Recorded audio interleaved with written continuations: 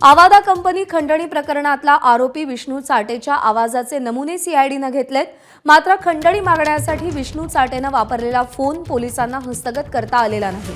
त्याच खंडणी प्रकरणात वाल्मिक कराडचेही व्हॉइस सॅम्पल तपासले जाणार आहेत। मस्साजोग इथं आवादा एनर्जी पवनचक्की अधिकाऱ्याकडे 2 कोटींची खंडणी मागण्यात आलेली होती।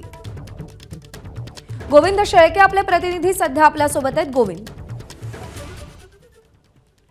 प्रज्ञा, आपण बघतोय की वाल्मिक कराड आणि विष्णू चाटे या दोघांवरती खंडणीच्या गुन्ह्यात आधी त्यांना ताब्यात घेण्यात आलं आणि त्याच जो तपास चालू आहे खंडणीच्या प्रकरणाचा, त्यात प्रमुख 2 गोष्टी रिकव्हर करायच्या आहेत पोलिसांना। पहिली म्हणजे त्यांचं व्हॉइस सॅम्पल घ्यायचं आहे, तर ते विष्णू चाटे यांचं व्हॉइस सॅम्पल घेतलं गेलंय।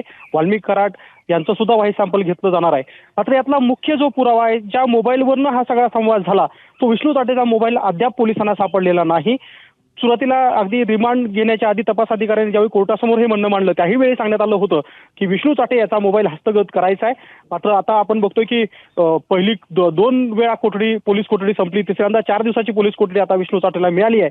मात्र त्या प्रकरणात सुद्धा अद्याप पोलिसांच्या हाती मोबाईल लागलेला नाही। व्हॉइस सॅम्पल वाल्मिक कराडचं बाकी आहे, यांचं मात्र घेण्यात आलंय विष्णू चाटेचं। त्यामुळे जोपर्यंत ही प्रक्रिया पूर्ण होणार नाहीये तोपर्यंत खंडणीचा प्रकार नेमका काय होता आणि त्यात दोषी कोण हे समजणं शक्य असणार नाहीये। प्रज्ञा, गोविंद, धन्यवाद दिलेल्या माहितीसाठी। एबीपी माझा, उघडा डोळे बघा नीट।